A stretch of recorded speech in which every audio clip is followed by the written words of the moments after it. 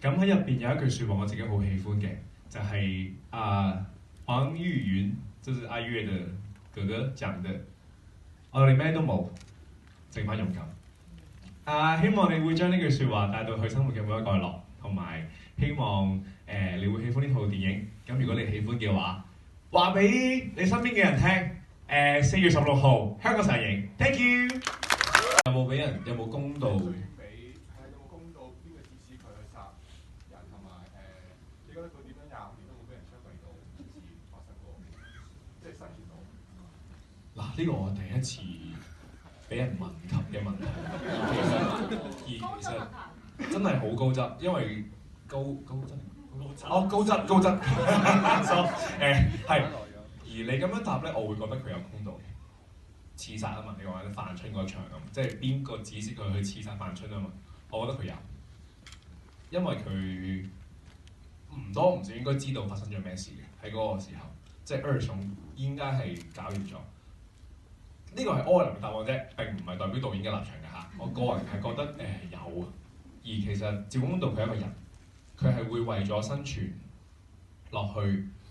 不得不做唔同嘅事情，咁所以我會覺得佢有，就係咁啦。咦，你嘅答案好好啊，呢個問題好好，我做答案 sorry。有冇人另一個問題？係。你係真係電影迷嚟嘅喎，盲盒場嚟㗎嘛係嘛？真係唔知嘅。唔知㗎。有冇平啲㗎？有。你怪唔得啦。嗰邊有嘉賓啊？我有話嚟咁樣之前，有。係。請進。可以問下你覺得最後一場點解你個角色會走咧？係唔等佢出嚟先相認咁樣咧？因為太多嘢喺入邊啦 ，mix 晒啦。你哋見到嘅duration 入邊，其實佢哋只不過認識咗可能兩日一夜左右嘅啫，但係一個佢嘅年輕時候嘅決定就影響咗佢成世。佢大約係30歲啦。你見到佢畫面上嘅趙公道，咁佢俾人捉咗25年，出到嚟嘅時候咧，老年嘅趙公道係大約係出咗監獄，再過10年，所以其實已經35年。佢因為一個咁細嘅一個決定，但係影響咗佢一生。其實佢見到人哋好好。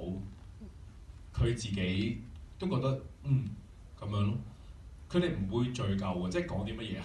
佢問到佢，你揾翻阿哥嘅，我做嗰件事都有啲用喎，俾翻隻錶嚟，雖然唔係同一隻，但我揾到好似嘅，我哋兩不相欠，就係咁咯，即係唔會話，那我們要不要去咖啡廳？唔會，就係咁。Thank you。係。巴士啦。咁係咪佢後尾冇熟到嗰隻錶？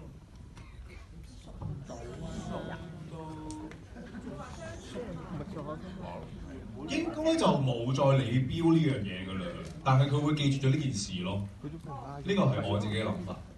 好，巴士一條問題，好，你嗌出嚟啊！好啊，首先我想講我好中意呢個電影啦。多謝。演得好好啦。耶。同埋譬如大家都見到你係演得好生鬼嘅。係。即係你自己加佢定係導演想要求你去？導演加我。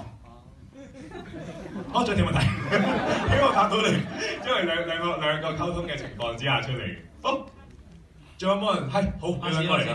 我想問下你咧，你覺得演呢套戲有咩特別困難啊？我其實我喺台灣睇咗一次㗎啦。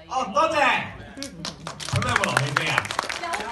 咁你有冇再睇下你12號會唔會見到你啊？我唔會答你呢個問題。呢個世界咁多變動，應承你我咪好大壓力。你個問題係你覺得你拍呢套戲最大嘅困難係咩啊？你由一個香港人講台語啊嘛，雖然嗰啲台語唔係好正啫。點啫？你而家你知道我正唔正咩？我去好多次台灣㗎。你去好多台灣，你去好多次台灣。多謝你炮谷啊！係啊，多謝你炮谷啊！中意炮谷啊！中意唔關事嘅，而家講大夢我哋。我哋上一次諗住都想多謝你㗎啦，其實。係，多謝你先。咁呢一套戲對我嚟講，第一個困難嘅係語言上，因為我一開始圍讀嘅時候，完全冇 prepare 到一個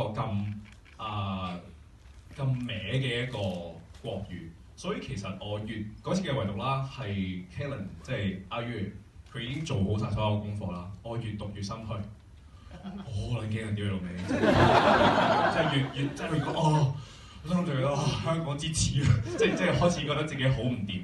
咁知恥近乎勇，咁我就導演同埋列姐喺一齊傾嗰個劇本嘅時候，逐句講。咁開始揾到路啦，就係首先捲嚟嘅唔發音，咁就開始已經變咗名啦。咁然後揾一啲點解佢會喺講廣東話嘅時候，危嘅關頭，人嘅本性，危嘅關頭嘅時候就會講就會爆粗啦，係啦，咁佢爆粗，所以呢一啲慢慢嘅堆成下咧，我開始由自管圖嘅假，咁開始揾佢內在啦。咁然之後認識台灣嘅背景啦、歷史，咁然之後大家傍住我，互相做呢件事咯。咁你話壓唔壓力大咧？梗係壓力大一啲。有邊次派壓力唔大嘅？但係最尾你哋喜歡嘅話，係我最開心嘅嘢。Thank you。